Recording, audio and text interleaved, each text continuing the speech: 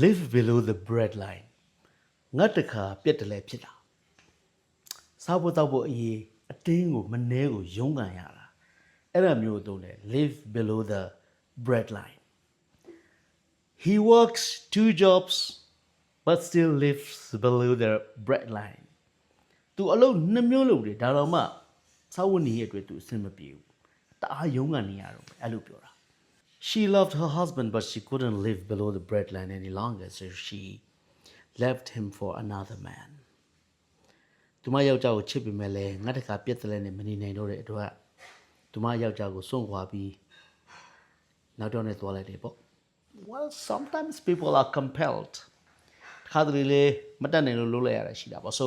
today's idiom is live below the bread line okay ထုံးစံတိုင်းတန်းခွဲတဲ့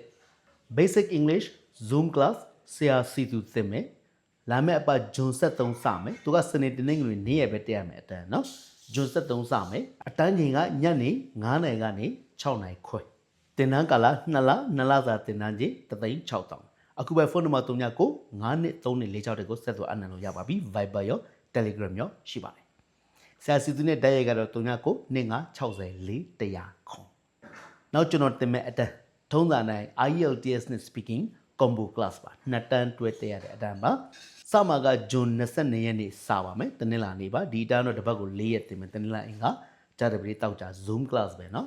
Grade 12ဖြည့်ပြီးသား GED ဖြည့်ပြီးသား Study abroad လုပ်မဲ့ကျောင်းသူကျောင်းသားတွေမရှိမဖြစ်လိုအပ်တဲ့ IELTS score ကိုဆရာတက်ပြီးရယူလိုက်ပါနှစ်တန်းတွဲတင်နန်းကာလ3လကြာမယ်တင်နန်းကြီး9,500ပါ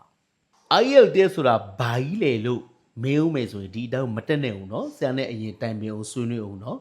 ကိုက IELTS ဆိုတာဘာလဲသိတယ်ကိုတွေ့လိုအပ်မှန်းလဲသိတယ်ဆိုရင် okay ဒီတောင်ကို welcome ပါ alright ဖုန်းနံပါတ်39ကို923246 Viber ရော Telegram ရောရှိတယ်ဆက်သွယ်အနံလို့ရပါပြီဗျ